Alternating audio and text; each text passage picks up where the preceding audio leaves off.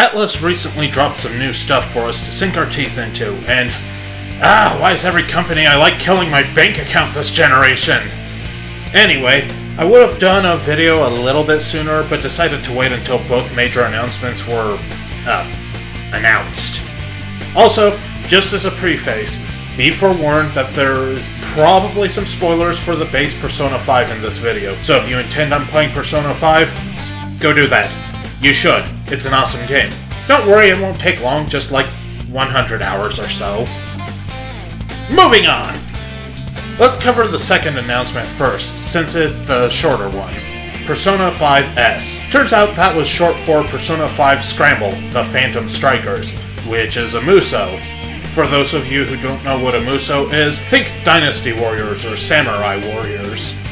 Basically, you take your character, dive into a pit of about a bajillion mooks and the occasional commander, and just beat the crap out of them. It's a mostly mindless genre, but mindless in the fun way. Honestly, there's not a ton to talk about here. It was a pretty brief reveal, only lasting about a minute, and no release date was given. It was announced for the PlayStation 4 and the Switch, so we at least know what systems it's headed for. Unfortunately, all we really saw was Joker fighting some random shadows that looked like cops, some pyrojacks, and some pixies, ending with a strange kid watching Joker. So, yeah, not a lot to go by on this one, but I'm looking forward to hearing more about it in time. The other reveal was much more significant, however. The full trailer for Persona 5 The Royal, or as it'll be called in the West, Persona 5 Royal. Not sure why Atlus is so scared of the outside of Japan, but whatever. Either way, woo! This one knocked me on my ass upon watching. It looks to be a massively expanded edition exclusively for the PS4. Sorry to the PS3 fans still out there, looks like the base game was the last hurrah for the console. As for the trailer itself, there's so much thrown in here, and it's bringing up more questions than answers, and I love it! Obviously, the biggest new aspect is a new character named Kasumi Yoshizawa, who looks like the unfathomable love child of P3P's female protagonist, Eriko Kirishima, Mitsuru Kirijo, Ryo Iwasaki, and Joker. Sadly, she's not a new female protagonist, but she is a new party member. We don't know a lot about her beyond apparently being a rhythmic gymnast who carries a rapier and a lever-action rifle, and seemingly has a massive appetite. But I can't wait to see what she'll bring to the table.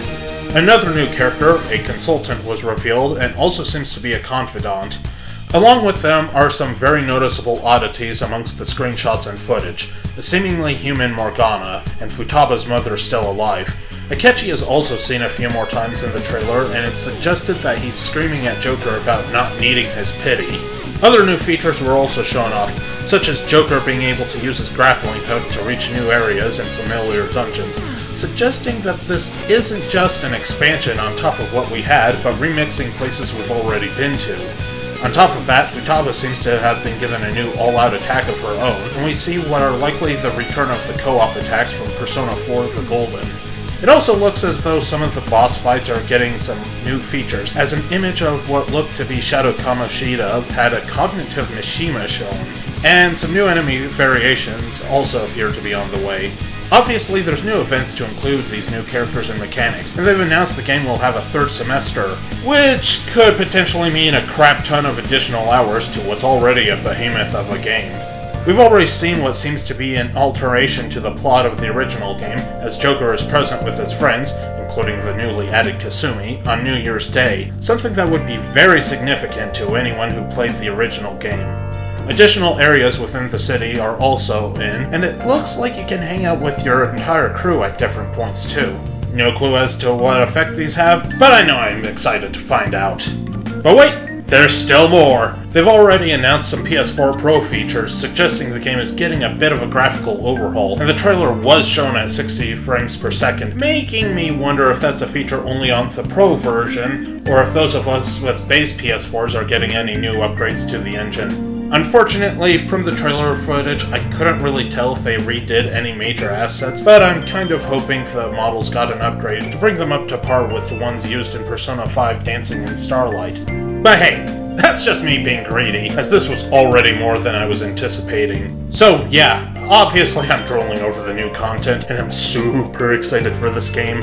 and it's got a release date of October 31st in Japan.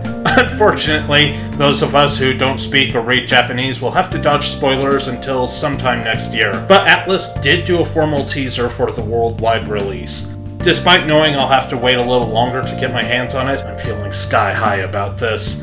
I can't wait for Persona 5 to take my heart all over again. Thank you guys so much for watching. I don't actually have anything else to say here. I guess I can show my final thoughts on Persona Q here, or maybe my first thoughts on the Persona Q2 reveal. Man, it's gonna be a long wait to next year.